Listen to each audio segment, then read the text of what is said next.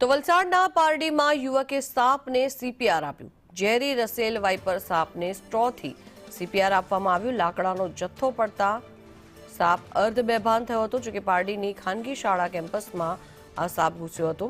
યુવકે સાપની શ્વાસ નળીમાં સ્ટ્રો નાખી 7 વાર ફૂંક મારી।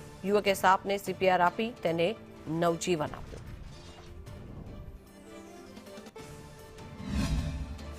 પછી મેં તેને ખુલ્લા ગ્રાઉન્ડમાં લાવીને થોડી ઘણી મેં એને મારા હાથથી પમ્પિંગ મેં કર્યું, પણ કોઈ જાતનું મોમેન્ટ ના આવ્યું। પછી મેં કહું હવે એને મારે શ્વાસ કોઈ બી સાહેબ મારે એને આપવું પડશે। તો પછી મેં લોકોને પૂછ્યું, તે લોકો અમારી પાસે એક સ્ટ્રો છે, એટલે પછી એક સ્ટ્રો લઈને મેં એના શ્વાસ નળીમાં સ્ટ્રો નાખીને લગભગ 5 થી 7 વાર જેવા મેં એને શ્વાસો આપી અને પછી મેં સાપને જરાક મોમેન્ટ આવ્યો પછી મેં એને નીચે મૂક્યું તો સાપ એકદમ પરફેક્ટ થઈ ગયો।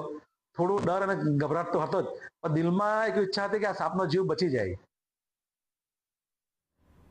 તો વલસાડ જિલ્લાની પારડીમાં આ અનોખી ઘટના સામે આવી છે, જેમાં એક જીવદયા પ્રેમી યુવકે અત્યંત ઝેરી રસેલ વાઇપર સાપને સ્ટ્રોની મદદથી સીપીઆર આપીને તેને નવજીવન બક્ષ્યું। જોકે સામાન્ય રીતે મનુષ્યને સીપીઆર આપીને જીવ બચાવવામાં આવે છે, પરંતુ આ કિસ્સામાં સાપનો જીવ બચાવવામાં આવ્યો છે। લાકડાનો જથ્થો માથે પડવાના કારણે થઈને સાપ અર્ધ બેભાન થયો હતો, પરંતુ યુવક દ્વારા આ સીપીઆર આપી તેને બચાવવામાં આવ્યો છે।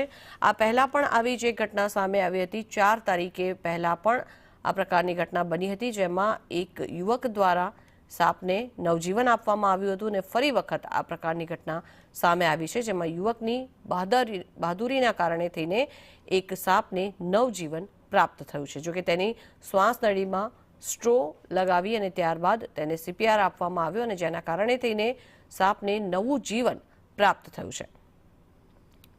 સંચાલકોએ જીવદયા ગ્રુપના અલી અંસારીનો સંપર્ક કર્યો હતો અને અલી અંસારીએ શાળામાં પહોંચીને એક સાપને સુરક્ષિત ઝડપી પાડ્યો। જો કે બીજા સાપને બચાવવાનો પણ પ્રયાસ અલી અંસારી દ્વારા કરવામાં આવ્યો। શ્વાસ નળીમાં સ્ટ્રો નાખી 7 વાર તેને ફૂંકો મારી સાપને બચાવી લેવામાં આવ્યો છે।